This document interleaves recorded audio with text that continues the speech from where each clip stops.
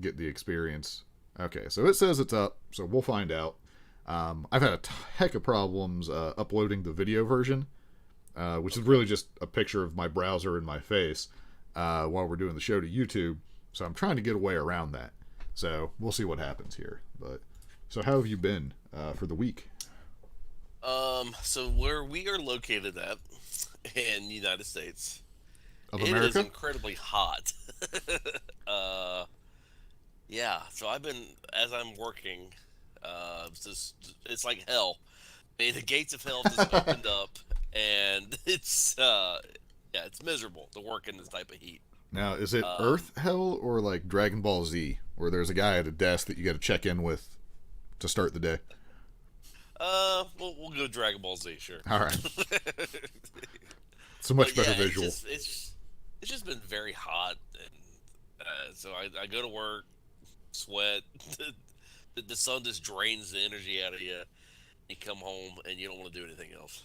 So Fair enough. I've been going walking slash running kind of stuff lately, okay, and okay, yeah, we'll hit like 90 degrees here, but it's Ohio, so it's uh-huh. humid, so it's Yeah, more swimming than anything else. I have been out to like New Mexico, that or Texas, where you'll get that 90 degrees, but without the humidity, it's really not that bad. sure, yeah. It's So that dry heat. yeah, like it makes it better, easier to give heat exhaustion or heat stroke. But if you live there, I'm sure you get pretty used to it and know what your limits are. Probably people like myself from the Midwest coming out are more likely to have the issues. Yeah. Um, let's see here. So as far as that goes, I did during the week. I don't know if you saw it. I put it up. I got the Wendy's Baconator uh, Pringles. Okay. Did you see? I did a little food review and threw it up on YouTube. I sure, yeah, I saw that. Yes, Yeah. it's well, whether you did or not, it's not very impressive. Basically, the too long didn't read, didn't watch version is they taste like crispy bacon, and Okay. as you eat a few of them, you know how like a hamburger is has that wet look from being greasy. Yes. You can taste that with the bacon. You can't Mm. taste burger or bun. I think maybe some ketchup. So they're not. But If you you could, what's but that? you could taste grease. Mm. I can taste the glistening of the meat, Bleh.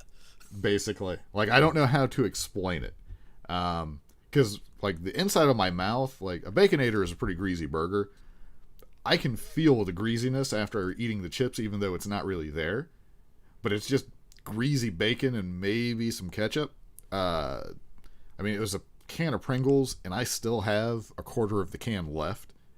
So I don't know if you eat Pringles like I do, but usually in 2 to 3 days they're totally gone if they even make it that long. And Sure. I didn't like. I ate a couple of them this morning. I made a steak, um, and had like You made a four. steak this morning. Yeah, is that not something you do? No, you got to remember when I cook steak, I actually go for like medium. So I Yeah. don't do what you do, where you have to turn it into charcoal before you can eat it. Yeah. Yeah. I mean, whatever. Do we just I like to do the reverse sear, where you cook it in the like. I bought a toaster oven that I can get down to about 140 degrees. So you Yeah. cook the steak so that the center is like like your 130, 140 range, and Yeah. then so it's cooked, but then it doesn't have a sear to it. So then you take your pan, heat up your pan with a little bit of grease, then you do your sear, do your butter and thyme or whatever with it, and then you have a good steak. I think I'm becoming like vegetarian. I don't know. For like this week, for some reason, like meat. Yeah. Bleh. I don't know. I just Did wanted to eat like Did you get one of those vegetables. ticks? Maybe. You know Maybe. what I'm talking about, like the tick that Yeah. messes your immune system up. Yeah. Like changes your brain waves or something like that to Yeah. where you don't like meat Well, or something like that. it's funny 'cause I think we talked about that over a year ago because Yeah. it I was think in we did. Texas. Like it was a long time ago. Um, we might find it here in a minute because we're gonna do a little reminiscing at one point. Um, Yeah. But yeah. yeah, Anyway, yeah. This yeah. week, for whatever reason, I just I'm not one to eat meat. I want to eat some veggies. What veg? So, meat is a pretty important part, be it chicken or red meat, typically. Yeah. What are you replacing the meat with? Like, what veggies? Let's see now. I ate a lot of salads. So, What kind of dressing do you use? raspberry vinaigrette.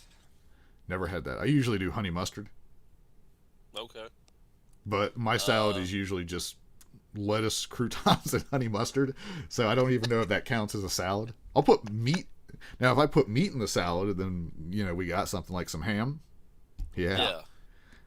I'm basically turning my salad into a club sandwich with stale bread. Is really what Yeah. ends up happening. No, my salad had like leafy lettuce, spinach, some carrots, tomatoes, green onions. Oh, I yeah, I had some broccoli in there too. Yeah. I cannot do tomato. I like Oh, they're tomatoes. awesome. Long time ago, I worked at Arby's, and I made myself like tomatoes because it made the sandwich look pretty. But Sure. I'm never gonna buy my own. Like, it was basically I was on the make line. It'd be like, oh, sandwich time. Maybe you haven't had the right type of tomato. Because there's some tomatoes that are meant for like juicing, and there's some tomatoes that are meant for like putting on sandwiches. The ones I had, I Maybe believe, were destined to become killer tomatoes. They were more aggressive. Maybe that's what the problem was. yeah. So maybe the tomatoes that you've had are more for like juicing. So they're not when you like bite into them, they're not as I mean, I don't know good. I guess I don't know. I won't discount it. I suppose it Yeah. is possible. I mean, they were Arby's sandwich bound tomatoes, so I would hope they are using. I would hope that Arby's is ordering the right kind of tomatoes for a sandwich. Who But knows? yeah, it could be like little cherry tomatoes. Yeah. Well, anyway, let's get into the actual show. Now that we've talked about everything on Earth, again, Yes. I think we're going to do the wrestling stuff first, maybe a little reminiscing about some of the old episodes. Okay. I don't know. I And mean, time like, it's travel. not really hard to do 100 episodes of a podcast. You just keep doing them. Like, that's all. Either Like, either in this episode or the next episode, I want to talk about time travel time travel. and We movies. might be able to fit it in on this one because I think that would be So, good. So let's. either way, Here we go. So we're gonna go AEW. I want to do. You know what? I want to talk about something different. WWE. If you've never. did you hit our wrestling bumper? Oh no! Hold on. Get over here! That's the wrong one. Oh, I don't know what the hell's going on here, folks. Looks like he's just where Blue Hill had. This is a revolution. I actually made like the new TV film entertainment bumper, and it rearranged all my buttons, so I started to hit the video game one. Okay, so because Fyter Fest Night 2 happened, but something I hope is a misunderstanding. I don't know. WWE. I know you don't watch them hardly at all, but I kind of mentioned it to you. Rey Mysterio and Seth Rollins are going to have an eye for an eye match. Now, storyline wise, like at one point, Seth attacked Rey and took like his face to the corner of the ring steps, which resulted in him, having to have an eye patch under his mask. Similar to what Moxley did in AEW, where he's not been able to see out of one of his eyes for a while. Yes. So Ray challenges Seth to an eye for an eye match, and there's been like an ongoing thing with like Rey Mysterio's son Dominique, and Seth Rollins and his disciples or whatever, like feuding. But Yeah. at the upcoming pay-per-view, the Horror Show Extreme Rules, or however they're wording it, there's an actual statement that says, let's see. So basically, they had a match, and the winner got to choose the gory stipulation, where a winner can only be determined by extracting the opponent's eye. So I pulled this up on Sportskeeda is the website, and then they copied like what WWE said about it, and that's where the extracting the opponent's eye comes from. So I couldn't find it on the actual WWE website, but what do you think about having a match that you have to have someone pull out someone else's eyeball? I think it's going to look incredibly cheesy. That's what I think about that. Now, do you think? Because you had come up with the idea that perhaps Rey Mysterio actually has to lose an eye, so he's requested this match. I mean, yeah, I mean, that's the only thing I think. Like some medical reason, like, oh man, my eyeball. My I don't know glaucoma why you is would so need- bad.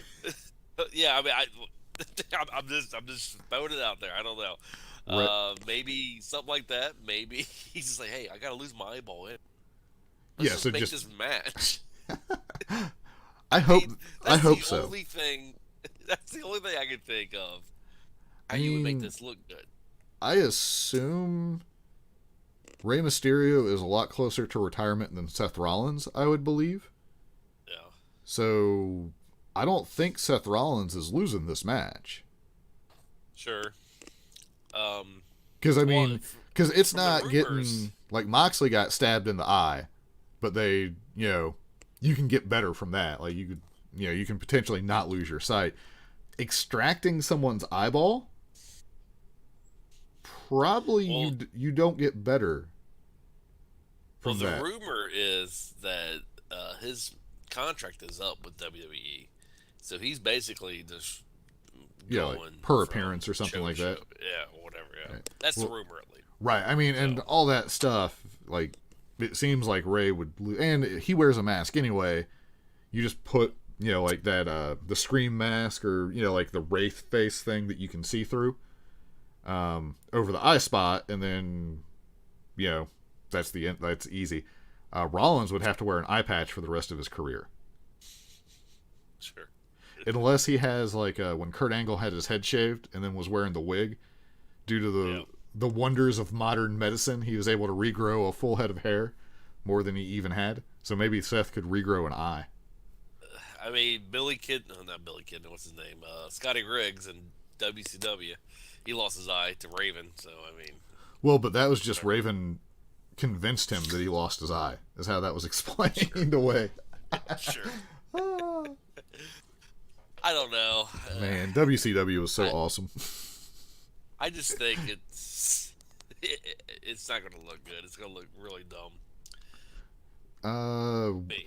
I mean, we'll find out. Like, no matter what, I'm watching for sure. Like, that's got me in the door, or that's got me flipping on the network to see, because I got to know how they're going to do that. Sure. My assumption, which is a pretty easy thing, is Dominique is going to turn on Ray to lead to it. That gives Dominique some notoriety, I guess, like straight away. Like, that's a pretty big deal that you cost your dad his eyeball for real for the rest of his life. I just hope Ray always wears an eye patch in public from now on. Sure. Well, now, what if he goes to AEW and he just still wears an eye patch? That's what I would want to have happen. Like, I want him, if he shows up in the wrestling world, he needs an eye patch or something covering that eye. Sure. Or if Seth Rollins somehow loses and is wearing an eye patch, I need some kind of interaction with him and Jon Moxley, where Moxley points at me and is like, "Oh yeah, that sucks. No depth perception." Something like that. I am looking at WWE's roster page. Yeah. My God, they have a lot of wrestlers. Yes. And you would think with 40 million hours that you could do something with it. But there are people that you probably have never seen that are on the main roster. There is people. I don't even know who these people are. Yeah. I was trying to watch something else that happened on Raw. Heath Slater, or Heath Miller, whatever his name is, came out and cut like a promo to fight Drew. So they brought him back, huh? I think it was a one-off appearance, because basically he was talking about how when when Drew was released previously, where Slater, like he called him and checked on him and anything he could do, and he was like, "And where were you when I got released? No phone call, no nothing, and like basically Drew's body language indicated that what Slater was saying is correct.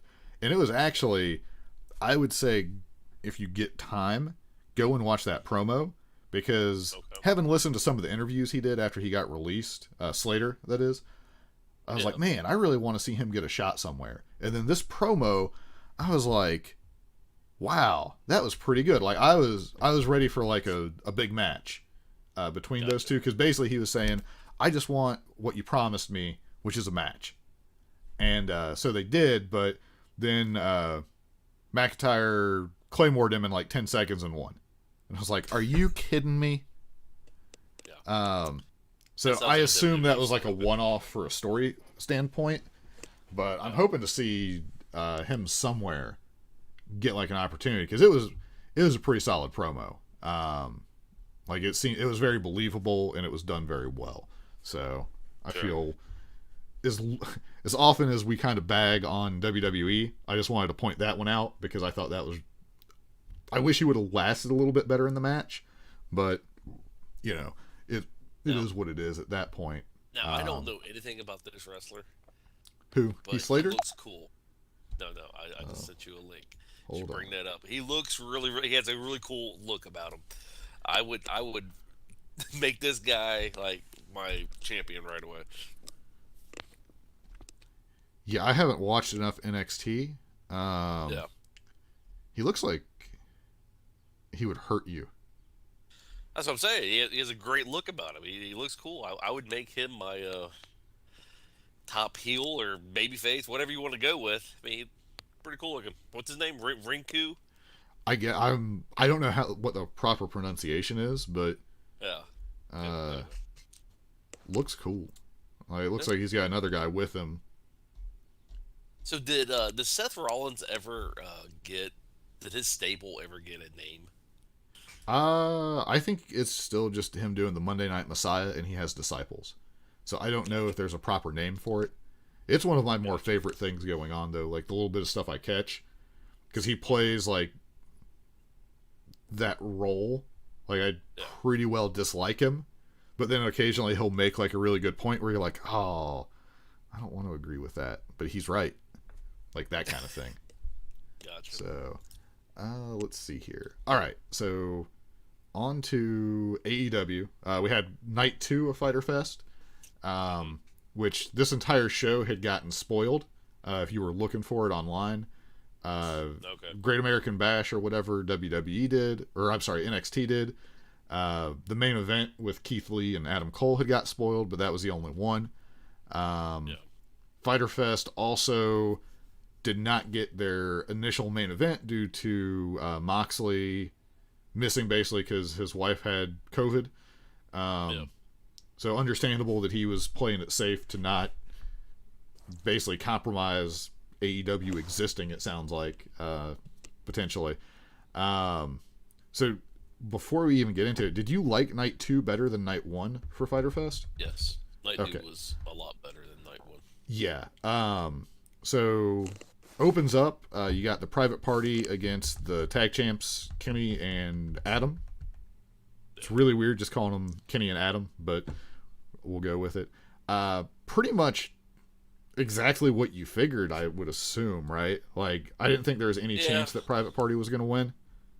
Yeah, I didn't. I mean, this match, it was all right. It wasn't a bad match, but there was like no story. Right. They basically did it.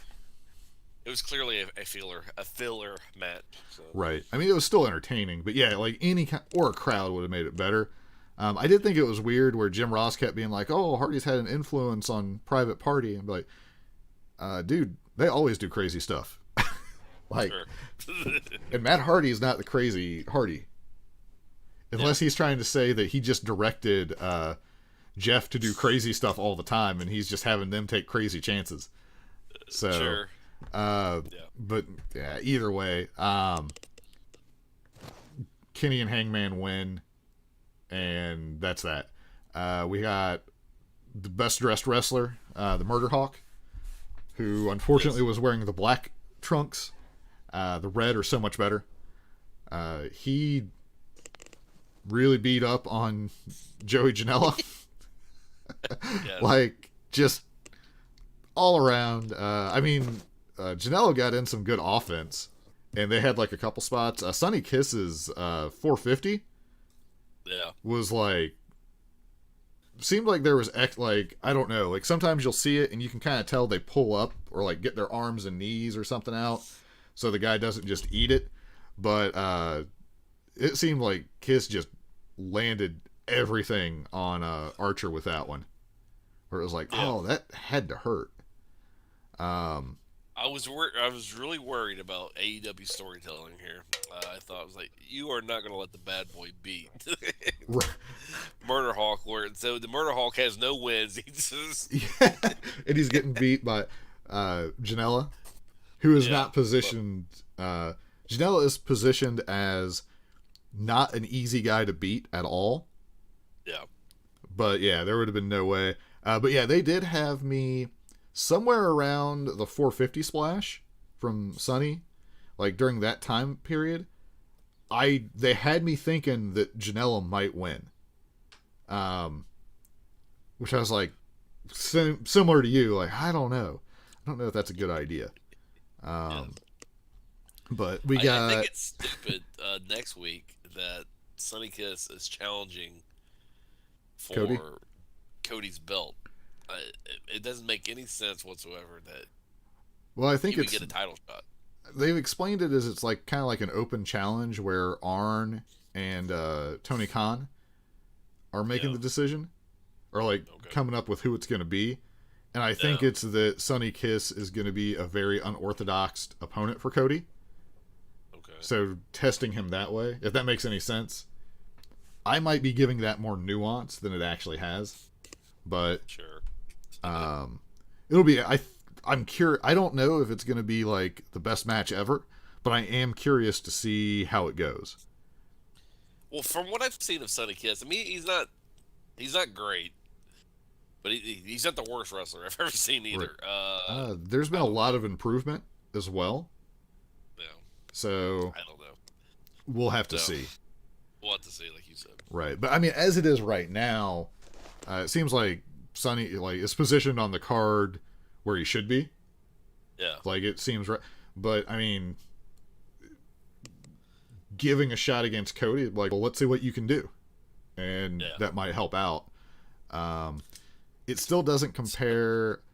Let's get past the Darby clip here. Darby is. Let's talk about the Darby clip here. Because this is an old clip.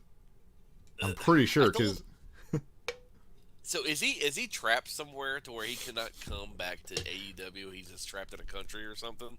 He is trapped in the NWO universe where everything's black and white.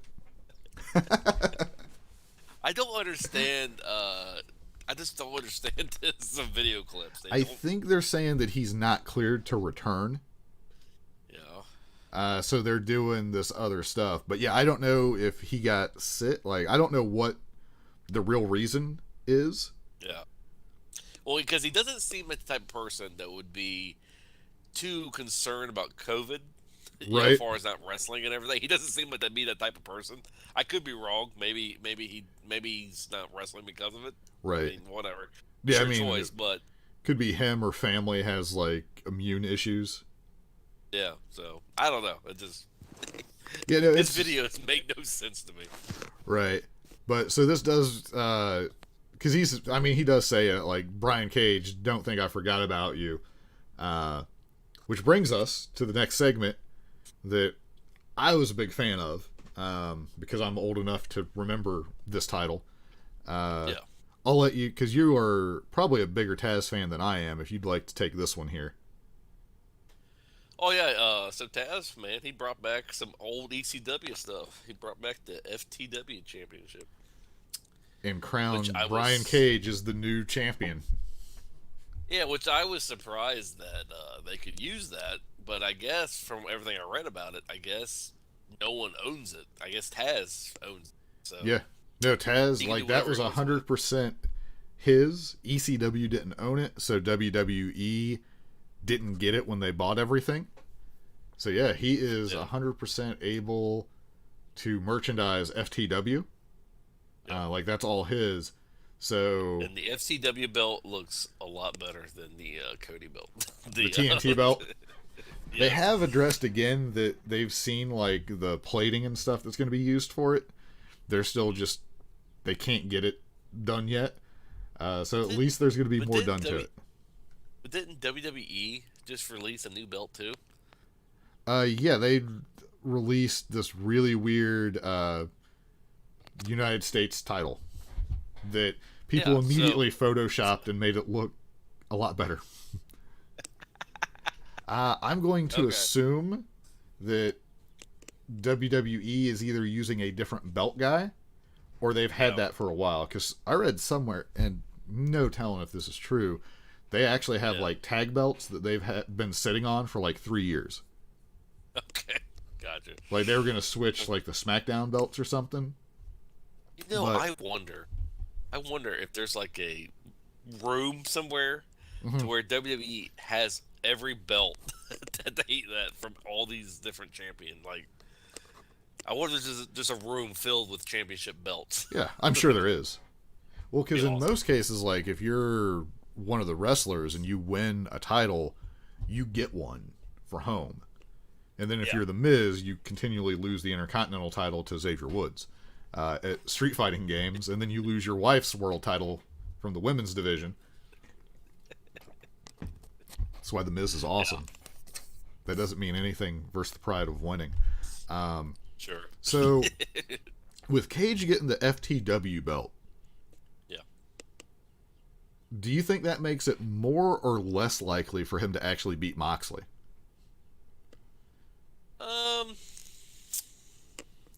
I don't think he's going to lose to Moxley just because I think Tony Khan's really big on the Moxley. Yeah, I just don't. I don't see him beating Moxley.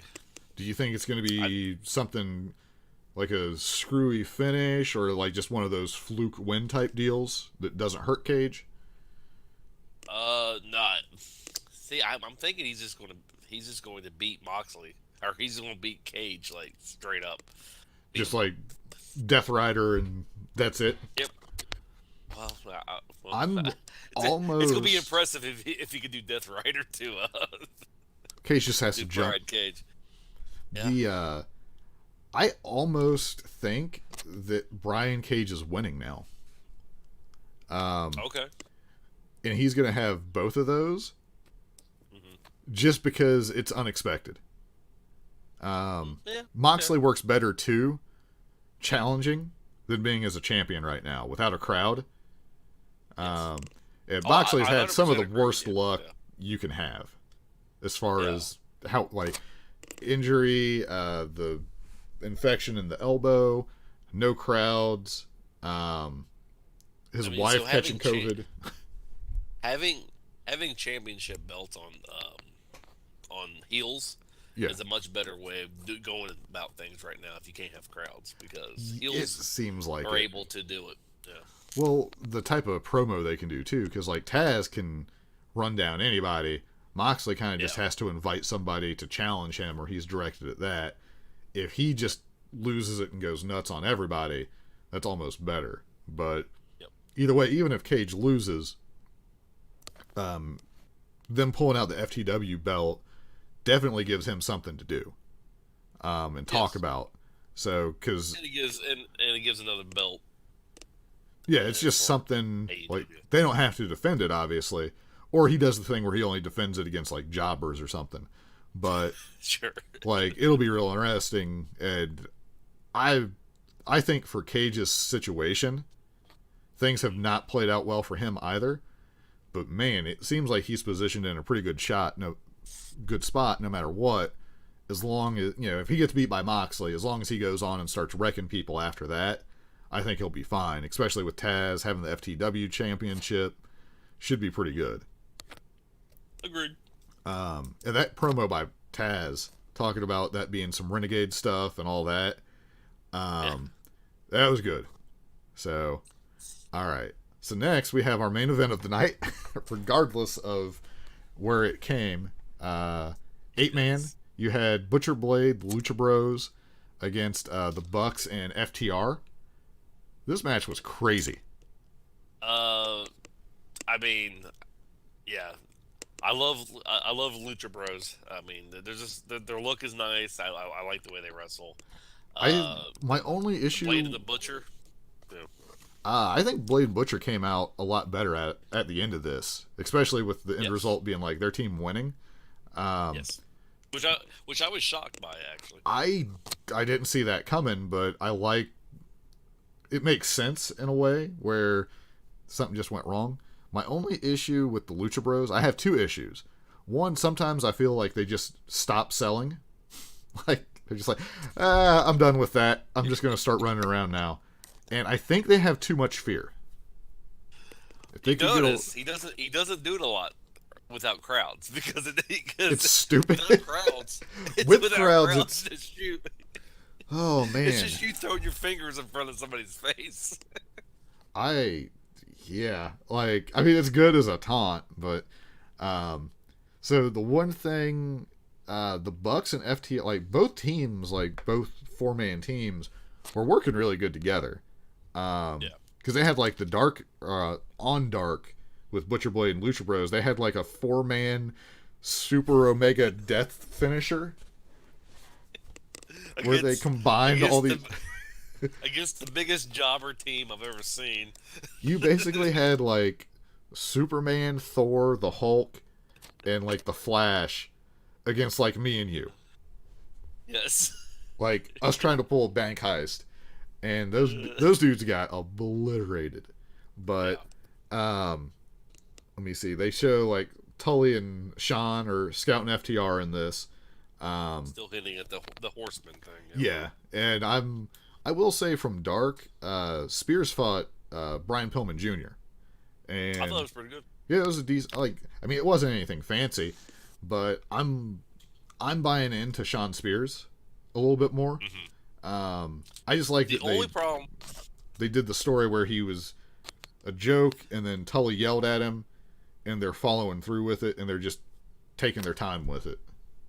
So the only problem I have with Spears is so that glove that he has.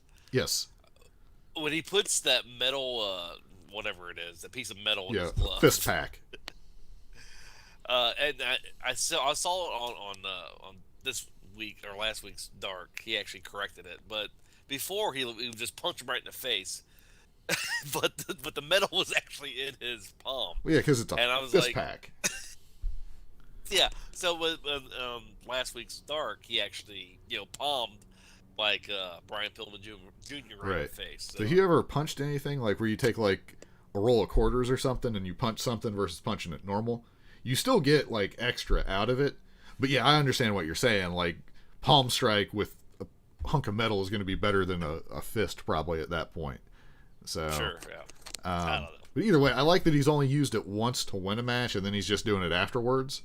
But they're playing up, they're checking the glove pretty regularly, which at least shows the referees know something's up, but they got to catch him. Yeah. So they're not just idiots where it's like, so the referees never talk about the matches or they don't watch the monitor? Is that what's going on? And then, since we're briefly mentioning Dark, Peter Avalon and Brian Cutler are still searching for a victory. That is one of the more enthralling stories in all of pro wrestling to me right now still. Because they're getting Sure. so much better and so close. I hope they hold off till there's crowds, though. Yeah. Because that might actually get, like, a surprising reaction. Okay, so back to this match. Because this thing was, again, crazy. The Mexican Destroyer? Is that what... Or would it be... Because he did it too... I guess it would be the Mexican Destroyer. I guess. Um, Either way, that move, I was like, oh my god, they're going to kill somebody. Yeah.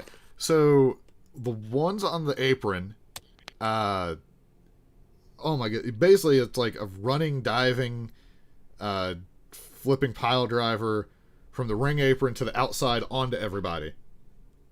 I was fully expecting Matt to go right into over the guardrail and totally miss everybody. That was one of those things where it is a crime there was not a crowd.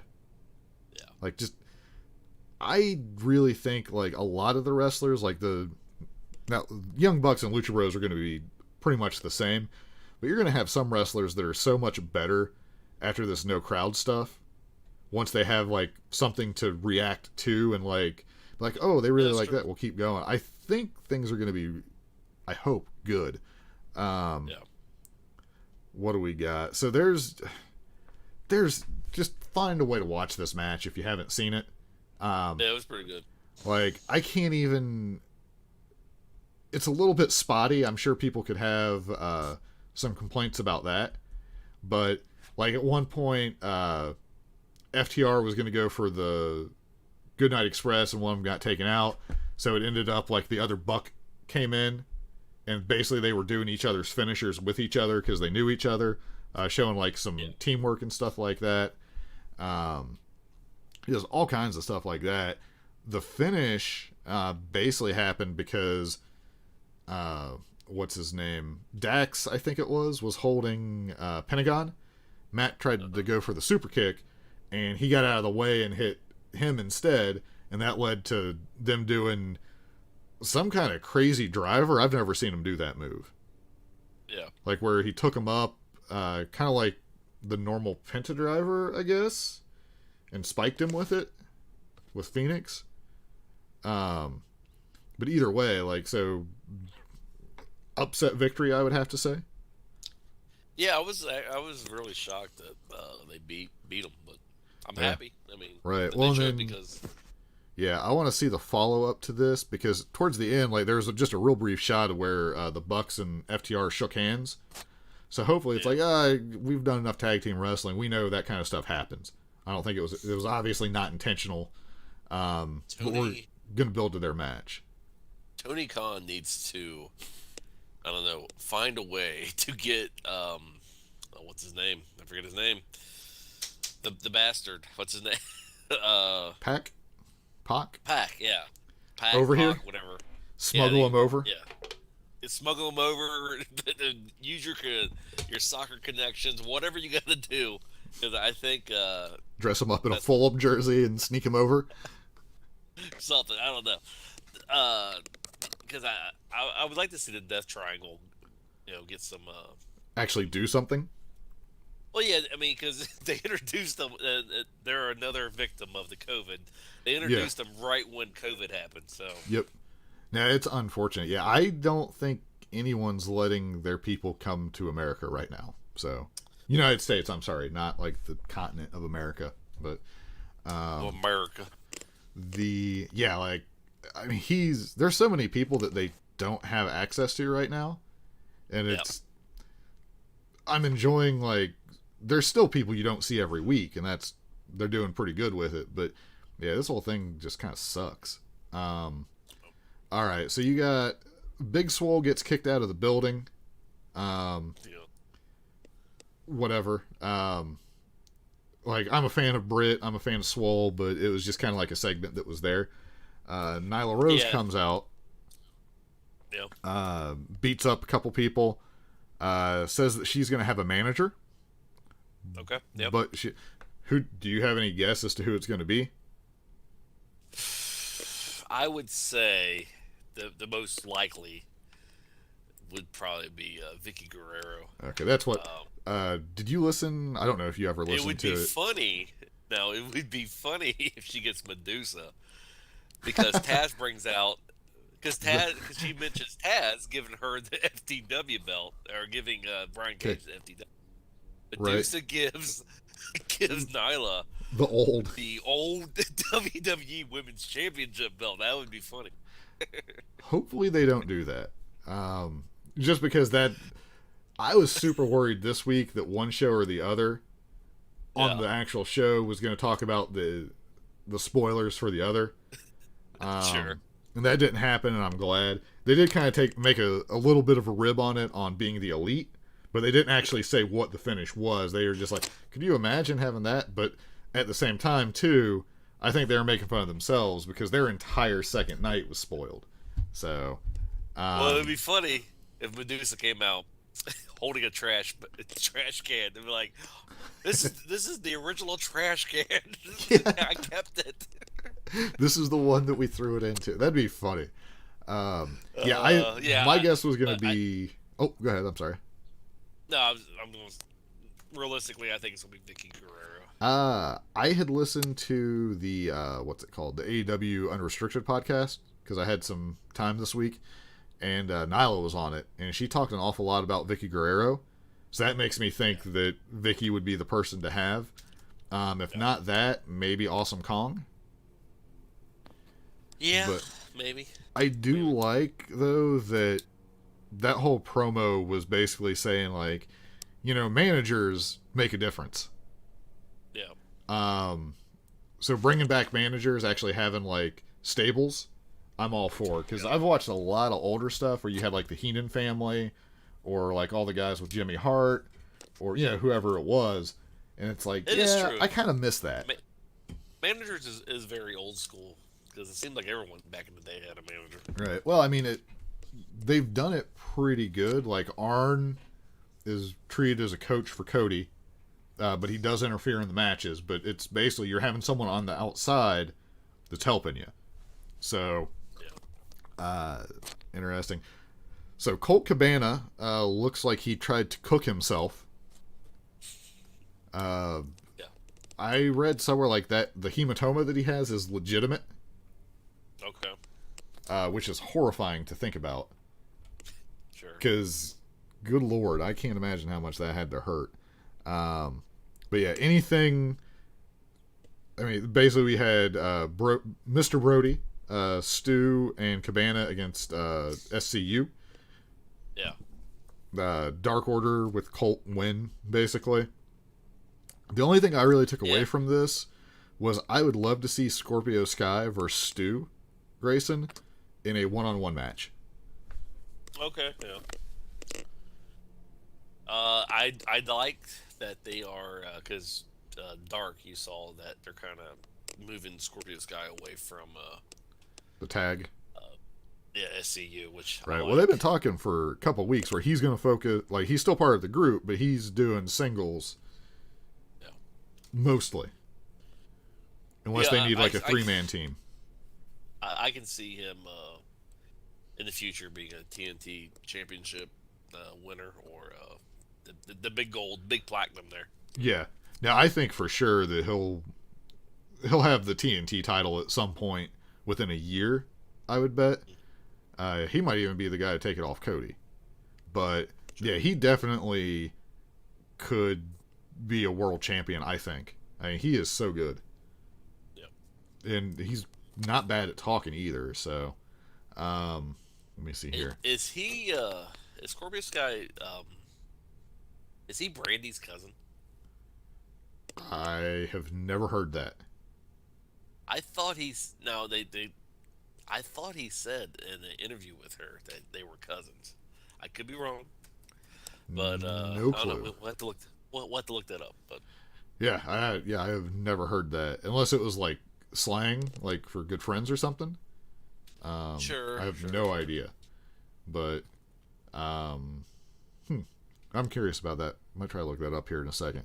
Let me see. So we got this. Yeah. So it's basically more Colt is probably going to join Dark Order eventually.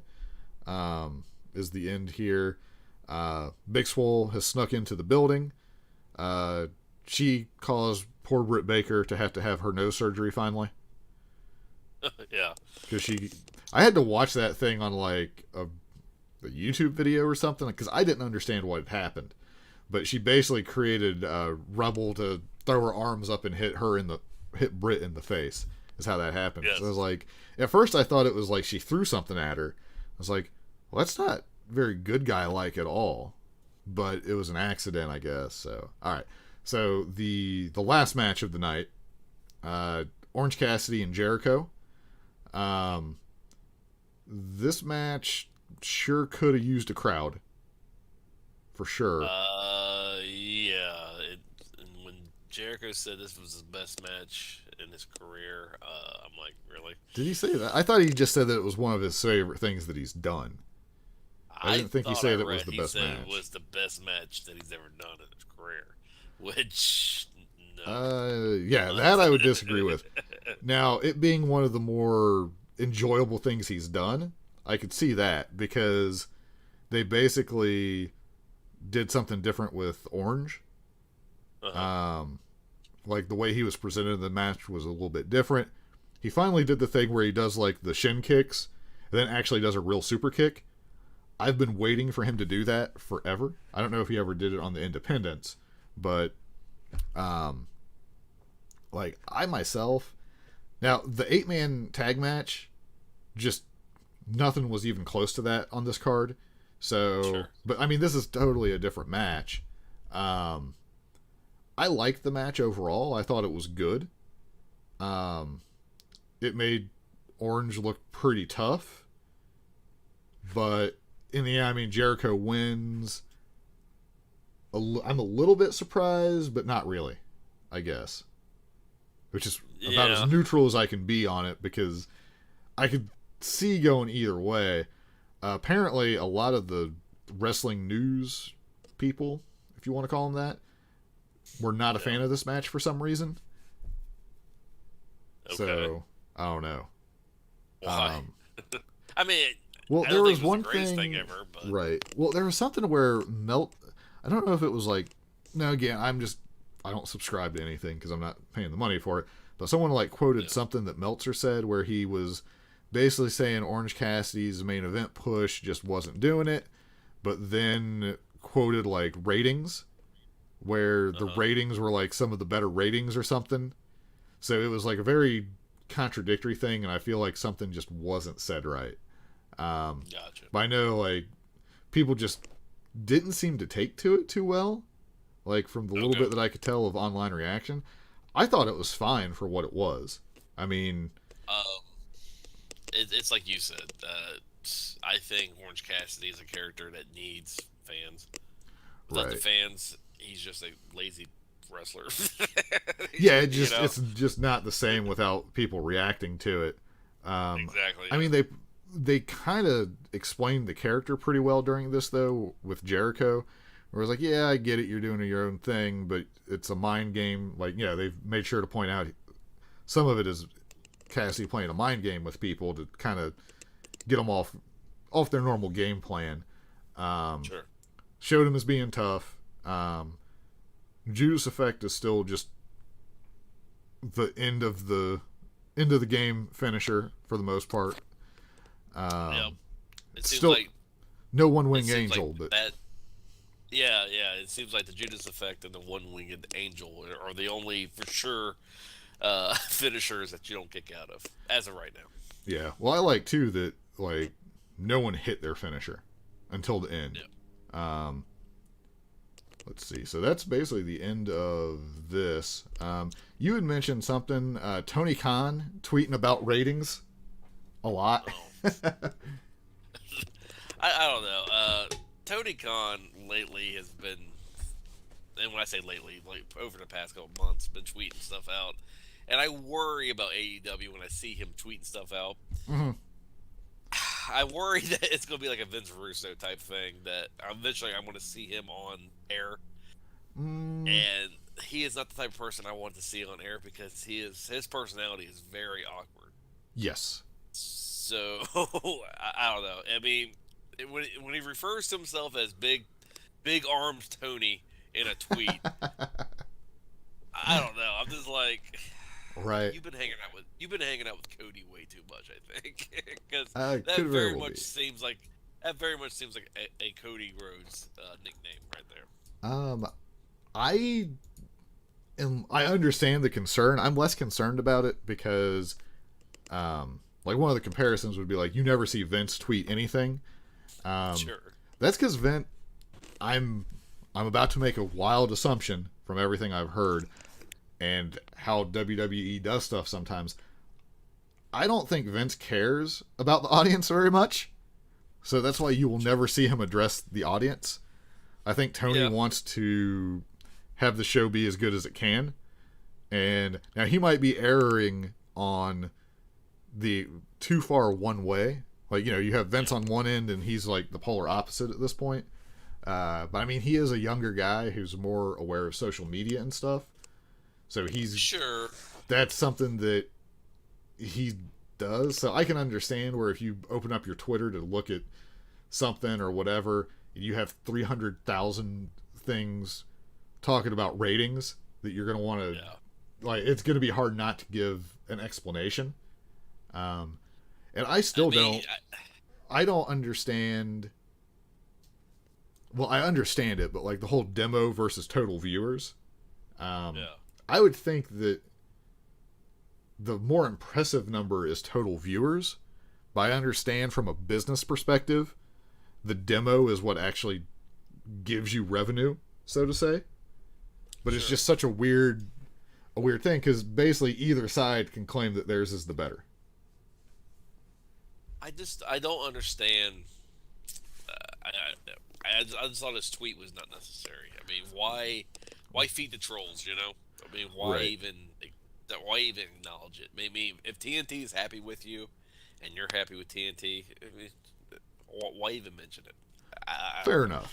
I mean, it's one thing if Jericho does it, because Jericho's a wrestler and he's a heel right now.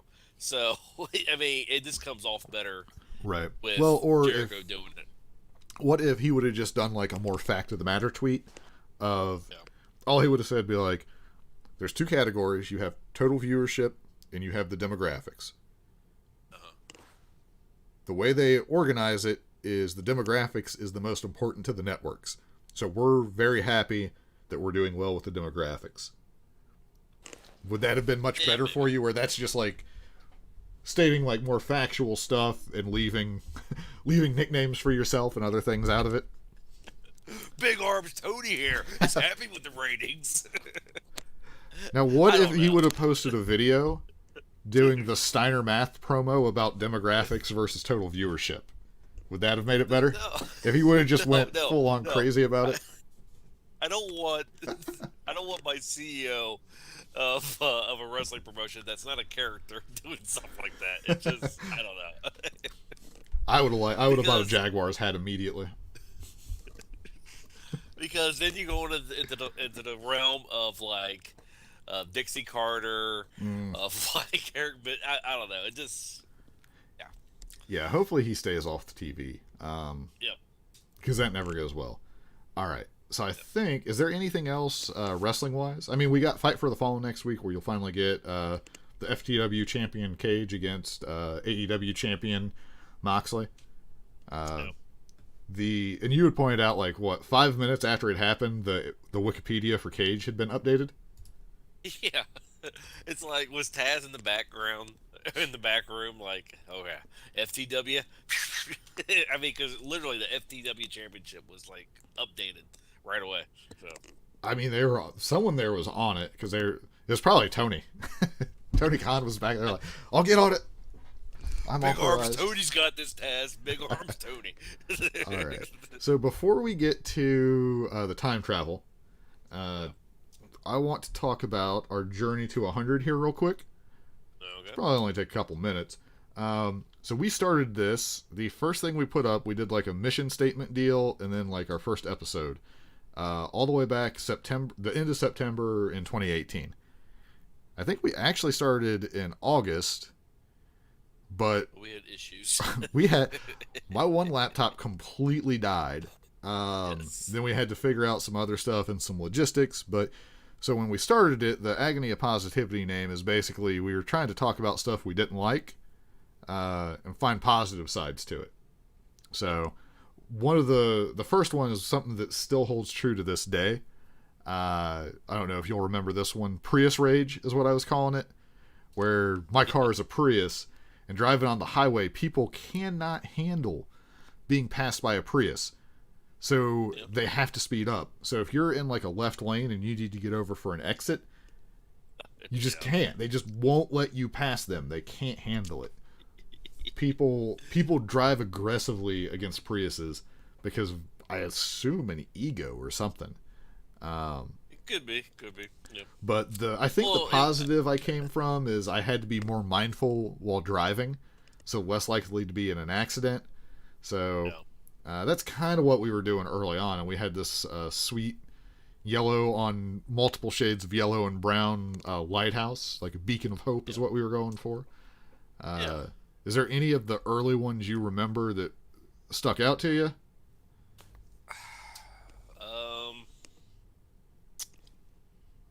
I mean, not really. I mean, I had one. I can't think of any. There's one where we had the banana pepper guy. And then I think on that one, we were basically role-playing the people involved. There was a lady that you had to do upholstery cleaning for. And you basically erased her couch, I think. Like when you cleaned it, it just took like the dye and everything out of it. Because I think she had said, "Oh, you can't make it too much worse," and then you actually made it a lot worse.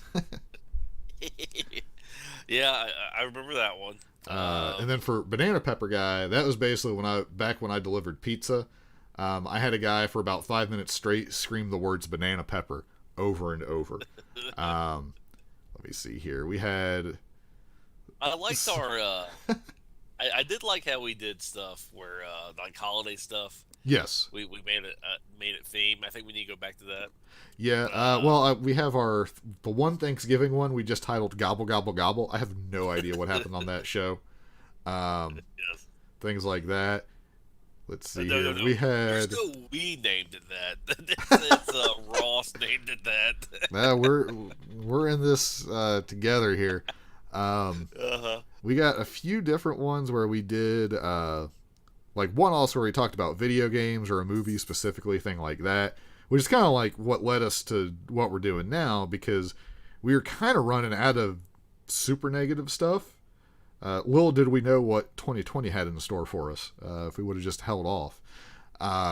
Maybe. I do like episode 23 where The villains in our lives one. Yeah, creating villains in our lives, which still holds true. Yeah. Basically, that was like when something's going wrong was part of it. You create somebody to be the villain for you, so that it's someone else's fault, kind of thing. But when you describe that person to somebody else, yeah, you seem like you're a crazy person, and you're the actual villain of. Yeah, well, because you're so focused on them being bad that, like, and then they took 2 cookies at once, and I just wanted to burn their house down and chain them up and watch me murder their dog. And they're like, over the cookies? Well, it was everything else before that. No, you're the insane person. Yes. That's a very over the top explanation there. But yeah, so there's just like all that kind of stuff is what we were doing. The Nicolas Cage in a bear suit.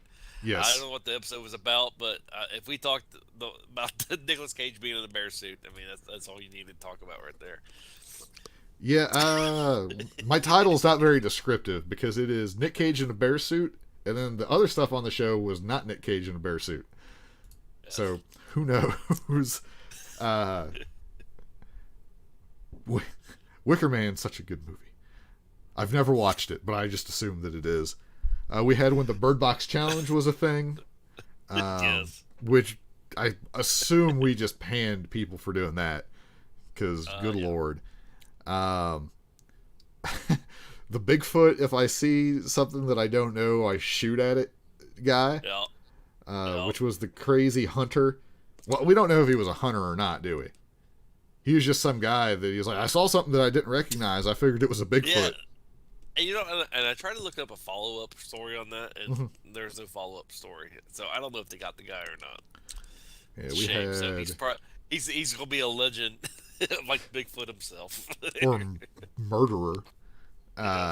We did a movie bracket. That was one of the first times we did a tournament type thing. The lady who kissed her slot machine is one of the old ones. Yes. Let's see. Bigfoots, aliens, ghost stories. That wasn't even a Halloween one. That just somehow we did. And you never did get your brother's account of the deer butcher. Oh yeah, the deer butcher is insane. I can't get a hold of him. I'm starting to worry.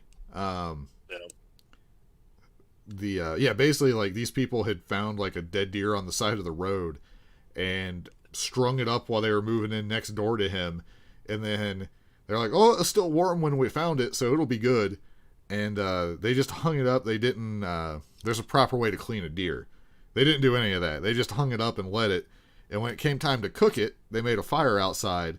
And from his accounts, they were just hacking with a machete or something at the deer, trying to cut off meat. And like blood was going on the side of the garage. Like it was crazy. Like you said, some of the feral children grew up. Yes. And,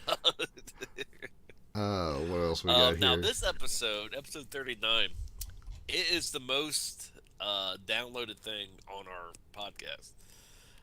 Good luck, bad luck, and Mary Jane. I don't know what we talked about during this episode, but it is downloaded a lot. Yeah, I don't know. Yeah, some of them I see like our download count. I'll be like, I remember that episode. Why are people downloading that one? That one wasn't very good. And then others, I'm like, well, this was a good episode. So maybe people were like, hey, I wonder if this is about weed. I am going to check this out. I don't know. I'm still convinced that if I start tagging food, even if we don't talk about food, it'll be a net positive. So if you're following us on the Twitter and we start hashtagging food, you know why. The episode of where Ross is not letting little kids beat him in a game. Oh, well, that's because that's how they learn. Basically, it's I don't let people win, even if it's a child. But we did determine I'm not like Doug in King of Queens, where I'm like stiff arming Pee-wee football kids and just trucking them like I'm Brandon Jacobs. It's funny because I thought of you because Shaq has his own show. Yeah. Okay. And basically, it's just him just doing crazy stuff. But he was talking during one of the episodes, and he's like, "I don't care who you are, man, female, little baby. I'm gonna destroy you at anything we do." He's like, Yes. So he's like, That makes me want to go buy a Shaq-a-roni pizza. yes. So, Do you remember the letdown that the Area 51 raid that people were going to do is? yes. Yeah, that was something we talked about. That came up a lot because we had high hopes for that and just nothing happened. Yeah, You had we do like the Seinfeld or Friends thing where it's the lavender lady. Do you remember her? Where like I Not think she really. couldn't I think it was a lady, she couldn't smell lavender because it made her nauseous. Like it was something just she was super sensitive to that. Yeah, it was something like that. We had to use like a special chemical or Yeah. like non-smelling chemical for it. Yeah. Yeah. We had our little Halloween run Yep. right before we switched over to this format where we did more wrestling and then just like some video games, that kind of stuff after it. But we did like a big role play intro involving the Headless Horseman from World of Warcraft, which I thought was pretty good. Might have to bring that back for October coming up here, or do a new one, because that was actually one of the more enjoyable things to do. It's not the highest quality because I was just grabbing like random sound clips and throwing stuff together, but I thought we did pretty good with it.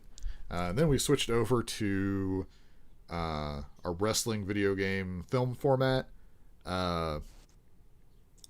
which we've been doing since. So we made that season 2, but we're just going to the number 100 and going on now because I hate doing the season 2 episode thing. So we're abandoning that now. So we had an episode where you were really fascinated with it, and I still don't get it. The whole big Luke thing. oh yeah, I Big didn't Luke in Star understand- Wars. I didn't really understand where we're going with it.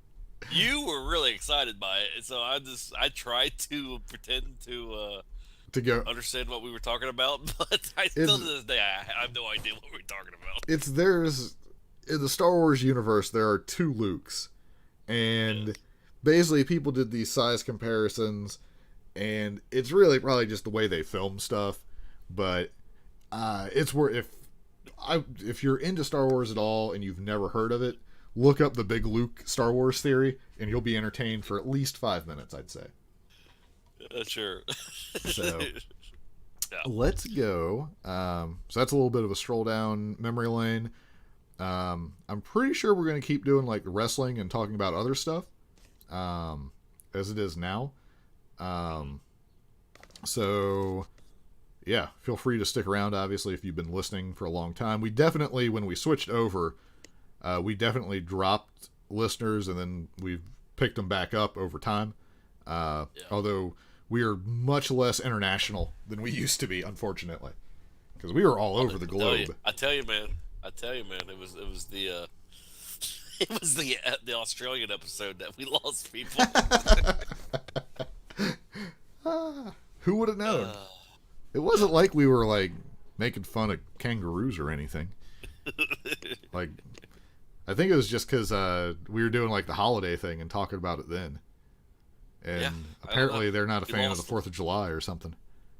We lost them. They're like, you know what? Forget you, Americans. Yeah, but yeah, we're much more U.S. based. Maybe if we add some New Japan coverage, we can expand over there. Okay. Let's see, but yeah, so I mean, 100 episodes. It's not really hard to do that. You just got to be willing to record an episode every week or so. But I don't know. Have you enjoyed doing the podcast so far? I would assume if you're still, I would assume if you're still doing it, then you probably have some enjoyment to it. Because I would imagine you'd be like, "This sucks." Well, this is awkward. I'm quitting today. All right.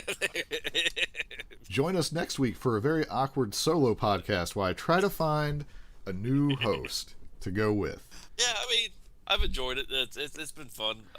Like I said, I enjoyed it more when we did like for example, I'm looking at right here. The entire month of October, we changed the screen. Yeah, the logo. The logo for it Yeah. make it creepier. So I kind of miss things like that. So maybe we can bring that back into the. I think so, because there's going to be weeks where, I mean, at this point we're kind of primarily a wrestling. Really, it's an AEW podcast, with some other stuff thrown in. But yeah, because there's definitely some of the stuff we used to do I kind of like. We've definitely tried to narrow our focus to the wrestling, and then either video games or film, and some stuff thrown in. I think we'll probably, my thought would be keep the wrestling, because that's kind of like the basis, and then if people want to listen to the other stuff, that's fine. But just start finding whatever we want to talk about. Like, it doesn't have to be video game or entertainment. It can be just like, we're going to do a time travel discussion here for a few minutes, I think.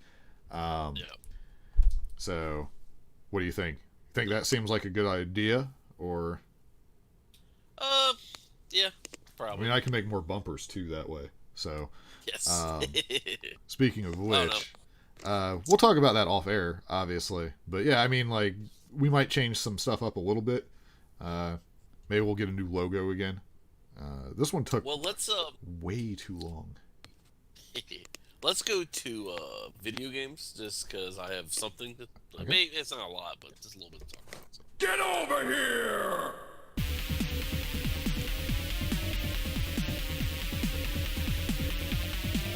Time's up. Let's do this. All right, thank you, Leroy Jenkins. All right, You need to make a bumper for this, because I'm going to call it Long Boy Watch. long way. Well, all right, I'll see what I can do. Let me go over to. So I'm bringing up the so Wowhead browser here. so I am right now at 1,500,000 gold. Okay. So you're a fifth of the way there. Yeah. So we'll see. Are you still motivated? Yeah, I mean, I'm like, I don't think I'm going to get it, but it's something to do in WoW right now, especially since there's like really nothing to do. Well, if in I WoW. get anywhere close to 1 million or 2 million gold, Yeah. I will gladly contribute to you getting it, because ultimately that could benefit me. Sure. Because you'll probably be playing more than I will, but usually if I play, you are around, or it's possible to, especially at the start of an expansion. So I'll definitely help in. We're still going to invite. You can go to our agonyofpositivity.com website to send us an email, and you can get in touch with me or Saul and donate to his character You to know be what? able. If you're shy, just go to Undermine server Create and a character. send it. Create a character. and just send it to my character. Uh, what's his name? Frankincense. And there you go. Right. Or if you're willing to donate a full like 4 million, I'm sure you'd be willing to pay for a server transfer for one of your characters to be able to do it that way. Oh yeah. So, so just Yeah, I mean, something come on to now, I mean. something to think about. Yeah, but I mean, right? So like right now in World of Warcraft, the only thing that I can sell is those jellies. So Right. Yeah, for the B and mount you're the basically. one, and you're the one that basically got me into doing that. So I mean, Yes, and I then guess I that crashed the market for me because it made it more challenging. But you were much more driven to get the mount, so I just kind of backed off on that. My hope is to just randomly get like BOE gear in Warcraft that you can sell on the auction house. But yeah. Also, you don't farm the jellies anymore. nope. Now I figured if you and the other guy were doing it, there. huh? They don't stay on there very long though, so that's why. Really? Oh, I might have surprised to you don't get do it. in. Yeah, I basically at this point I'm not seeing any gear upgrades unless I get into like actual raiding, and Yeah. I don't really have the desire to do that right now. This late into an expansion, so I'll log in. I check my world quest stuff, see if there's any kind of like a weapon upgrade that I can maybe get. I've pretty much abandoned my mage completely at this point. Okay. I switched my warrior over to a dark iron dwarf because the drill or the mole machine, whatever you want to call it, the extra transportation with that makes it a lot easier to get around. Plus, there's like a few rings that you can buy. I got like the Borealis teleport, the Kirin Tor teleport, Jaina's locket, plus the various Hearthstones that you can get. So it's not quite as good as a mage, but So you it's good need enough. So one day you need to, whatever character that you're going to use the most, you need to tell me how many teleports you have. Okay. I would 3. I'd be interested in knowing how many teleports you have to get back to certain places. I have 6 at the moment Yeah. on my warrior. I need to get into a guild because there is a cloak you can get that gives you a teleport to Stormwind. And you can actually have 2 of them. So I could add 2 more teleports. Because I got 2 Hearthstones. Because I got the Dalaran Hearthstone. You should have 3 Hearthstones, right? Well, I have the Garrison one, but I don't have the teleport there. Because it's Okay. just a level 1 Garrison. And I'm not running around in WoD to... Actually, I just did that a couple days ago, actually. Because Yeah. my Demon Hunter that I played, obviously I never did anything with the Garrisons with the Demon Hunter. Right. And I was like, I'm tired of going back to this level 1 area. So I'm like, let me just see how long it will take. It only took me maybe 30 minutes to, because what you got to do is you have to basically just pay 2,000 gold and then Wait a little bit and do it again. I don't even think you have to wait. Maybe I'll check. I didn't like going to the level 1 Garrison either, so I just stopped going there. Sure. Much easier. Let's see. Yeah, but pretty much like I'm not doing a ton. I'll occasionally go and run like old raids or dungeons trying to get some transmog stuff. But Sure. let me see. Have you done anything else game wise? No. I have played. Let's see. I played Path of Exile, like the Diablo style game, PoE. Not super far into it, but it's enjoyable so far. I've played a little bit more of that outlaw survival game. That's similar to Conan, but like Old West setting. Whew, that game. So there is, so in the survival games, you basically like harvest resources and then you can build a house. That's one of the big things on all of them. So Conan has a repair hammer where you can, like, if your building takes damage due to a monster or, whatever it is, you can repair it. This Outlaws game, it has a hammer for building, like walls, floors, things like that. Hold on. Okay. Outlaw. Trying to pull it up here on, there it is, Outlaws of the Old West. Well, I didn't know that you had to like equip this hammer. You have to make a hammer. You have to equip the hammer, and it gives you like a radio style like dial to go with. That's how you build like a foundation and other stuff. Okay. I didn't know that. So what I had done is you can build like your crafting tables basically. Yeah. I'm by a river because you need the water. I have all my crafting stuff like the furnace, the gunsmithing set. It's all just sitting like by the river on the beach. No house because I didn't know how you built a foundation or walls or a roof or anything. Okay. It doesn't tell you anywhere that I saw. Like, there's all these different help things that come up. But overall, like, the little bit that I've played it, I've enjoyed. I just did single player. I'm not messing with servers. I like Conan, and I don't want to mess with the servers anymore. No way I'm messing with it on this. But it's not a bad game. It runs pretty smoothly in single player. Yeah.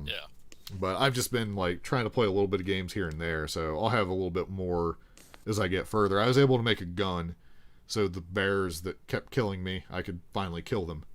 That was good. Well, there you go. The respawn, though, I will say this. The respawn, you just get thrown on the map somewhere if you don't have a bed made yet. If someone decides to try this game, make a bedroll or a bed, because you're going to have a bad time. Because it puts you really far away. Gotcha. So yes, that played more of that Undermine game. Still a lot of fun, and it's controller supported. A lot of battlegrounds. I can't stop doing dumb stuff in battlegrounds. I'm like, oh, I'm gonna try to make this work. Yeah, I'm not gonna make that work. I'm gonna lose. Is what's gonna happen. But I keep trying it. So. Yeah. So I don't have all four whatever perks unlocked. Heroes. Yeah. Yeah. So yeah, it's a little bit difficult to play Battlegrounds right now. Yeah, well, you only I'm get two confused, heroes to choose from, right? Yeah. Yeah. So. Yeah, that seems they need. Can you do that with gold? You can. Okay. I don't have that. I don't have a lot of gold.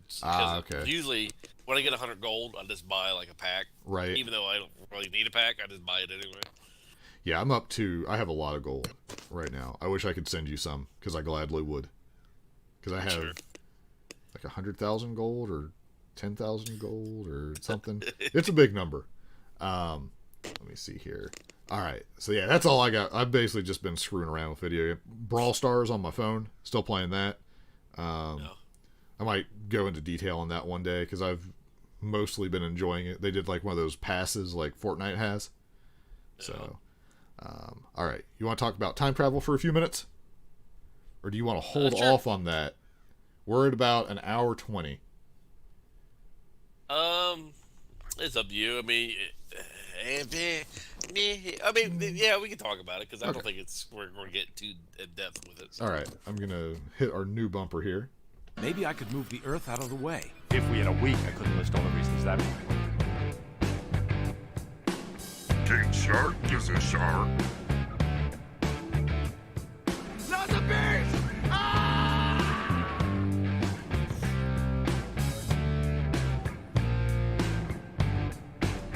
Let's rock.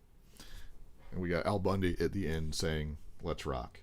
So, if you had heard that and couldn't figure out what it is, that's what it was. I was like, I can't believe I didn't use that on the other one. So, yeah. So you had mentioned this before, like time travel, where like different shows, different universes have different rules for how time travel works. Yeah. So, in what TV show, movie, I guess cartoon, even, do you think is the best representation of time travel? I kind of like where if you do something in the past, the future you go back to is still yours, but it's different. From a storytelling standpoint, I think that has more consequences. So I kind of like that better. From an idea standpoint, I actually like The Langoliers, the Stephen King. They did a TV movie about it. But basically, if you were to travel into the past, there's nothing there except the buildings and objects. And then giant meatballs with teeth come and they eat the past. That's what the Langoliers are. You laugh, but if you were to pull up Langoliers TV movie, Monsters or whatever, you'd be like, oh, yeah, that's giant meatballs with teeth. Well, actually, for the YouTube here, Langoliers meatballs with teeth. Yeah, there you go. So, I'm gonna hit. Yeah, it's basically like, that's what it is. They're meatballs with teeth, just eating everything. And I think Balky is the bad guy in that movie. He rips paper. But I like that interpretation of it because it was a different take than I had ever seen. What do you think? Okay. I have some others that I'll like, complain about, but I want to hear what you like first. So I like, I guess, the Back to the Future time travel thing, or Frequency. I don't know if you've ever seen that movie. No, I haven't seen that one. So Frequency is basically I want to say it's a son and a father. Basically, they're both detectives. Mm-hmm. And the father gets killed shortly after his son is, I don't know, like a teenager. Anyway, so they were able to talk to each other on this CB radio. Yeah. And they pretty much solved this crime. And as his father's changing stuff back in the past, it's affecting his future as it's happening. But he still remembers everything. You know, if that makes any sense. Okay. Is it like where Bill and Ted put the keys in the car? Yes. Okay. Yeah. So, like, there's one point where the killer breaks into the son's house in the future, okay, and is trying to kill him. Well, the same thing, the killer from the past breaks into the father's house at the same time. So but at the same time, the killer is trying to kill both of them from the past and the future, okay? Okay. And the father in the past gets a shotgun and blows the killer's arm off or whatever. It just blows his hand off. Well, all of a sudden in the future, the guy has two hands, but all of a sudden his hand is completely just erodes away. Right. Yeah. So I'm like, well, that's pretty cool. So that kind of aspect I kind of like. Anyway, go ahead. Yeah. Did you ever see Looper? Looper. The one with Bruce Willis? Oh, yeah, I did see that. Yeah, I don't like that time travel. No, I don't like that time. They got it just, something fell apart somewhere that just didn't make sense to me. Maybe I'm just not smart enough to understand it. But I was like, wait, if you do that and this affects the past, why doesn't this affect, like, it was just very weird. Like, there are some weird spots in it. Go ahead. No, I was gonna say, like, the Avengers time travel. I don't like that. Like with Doctor I Strange. don't like how or the time stone, I guess. Yeah. So if you change something, it goes to basically another time stream. Yeah. So you can't, anything you do in the past cannot affect your current. Right. It just creates a different reality or a different universe. Yeah, I don't like that. Yeah, I'm not a fan of it. Like DC has like the whole Flashpoint thing, and then it's like, oh, time to create a new reality. I just hate. I think I hate time travel, because once you start introducing time travel, you're gonna have rules, and it seems like everyone changes the rules to suit them. Yes. And there's a lot of inconsistency with it. And it makes sense because it's like, well, what would happen if you did time travel? So I understand it, but if I never saw something do time travel again, I'd be more than pleased. Well, it seems like when shows do time travel, TV shows especially, it shows that the show has run out of ideas. And, pretty much. They're like, so. Well, I'm waiting for the day that wrestling does time travel, and I'll probably just stop watching. I don't know. That might be kind of interesting. Like someone travels back in time and they're like, oh yeah, Undertaker never lost. Yeah. Now, if they ever bring Gallows and Anderson back, like they killed them off, they'd have to do time travel to explain that. It's true. It's true. Have you ever seen The Edge of Tomorrow with Tom Cruise? Is that the one where every time he dies, it resets or something?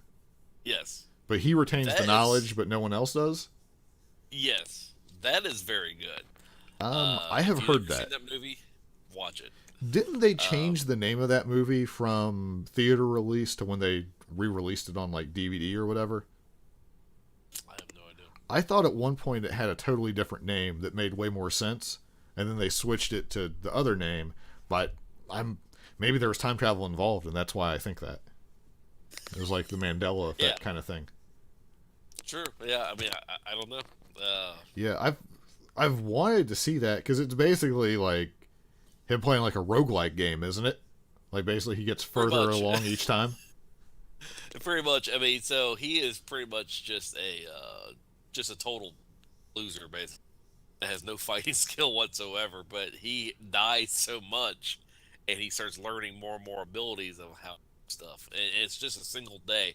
So it gets to the point where he, at first, he's trying not to die, but he's just like crappy. Yeah. So it gets to the point where he actually realizes what's happening, and then he just kills himself. and basically, this Yeah, so he goes into like a Groundhog's Day loop kind of thing. pretty much, yeah. Okay. Yeah, I might have to check that one out because it's got a real interesting premise, and for the most part, his movies are good.